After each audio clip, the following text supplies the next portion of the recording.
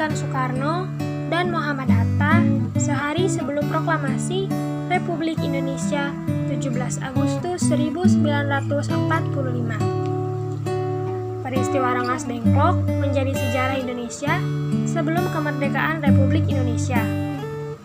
Insinyur Soekarno dan Muhammad Hatta diculik sekelompok pemuda karena suatu alasan untuk kemerdekaan bangsa Indonesia. Peristiwa Rengas Dengklok sangat menyatu dengan momen lahirnya kemerdekaan Republik Indonesia. Pasalnya, peristiwa ini menjadi latar belakang Indonesia mencapai puncak kemerdekaan. Lalu, apa itu peristiwa Rengas Dengklok? Peristiwa Rengas Dengklok merupakan peristiwa sejarah di mana golongan muda melakukan aksi penculikan terhadap Soekarno dan juga Hatta. Golongan muda tersebut adalah Soekarni, Aidit, Wikana, dan juga Hairul Saleh. Pada saat itu, golongan tua merupakan orang-orang yang cukup kooperatif kepada tentara Jepang, enggan untuk kemerdekaan segera diproklamirkan. Janji yang telah diberikan membuat para golongan tua tak ingin terburu-buru.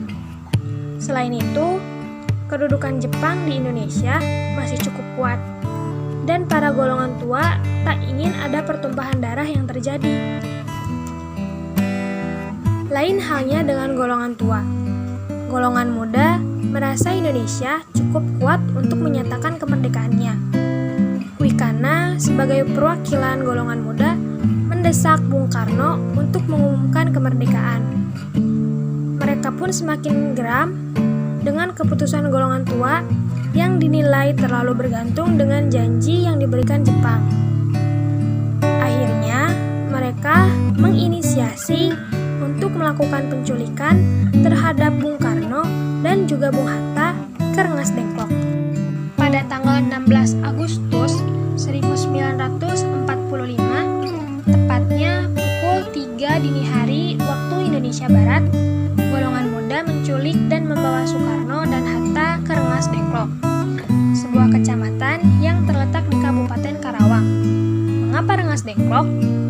Karena lokasi ini dianggap aman dari segi perhitungan militer karena jauh dari jalan Jakarta-Cirebon. Selain itu, pengawasan bagi tentara jadi lebih mudah dilakukan jika mereka datang dari arah Jakarta ataupun Bandung.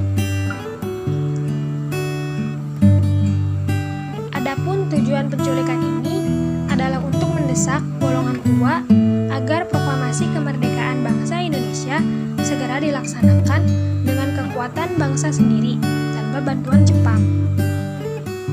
Setelah beradu pendapat, pada akhirnya golongan tua dan golongan muda bersepakat bahwa proklamasi akan dilakukan besok, yakni tanggal 17 Agustus 1945 yang dilaksanakan di Jakarta, yang bertempat di sebuah rumah hibah dari Faraj bin Said bin Awad Martak di Jalan Pegangsaan Timur nomor 56 Jakarta Pusat. Berikut adalah teks proklamasi yang dibacakan oleh Soekarno yang didampingi Hatta.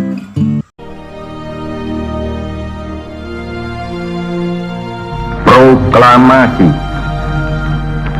Kami, bangsa Indonesia, dengan ini menyatakan kemerdekaan Indonesia.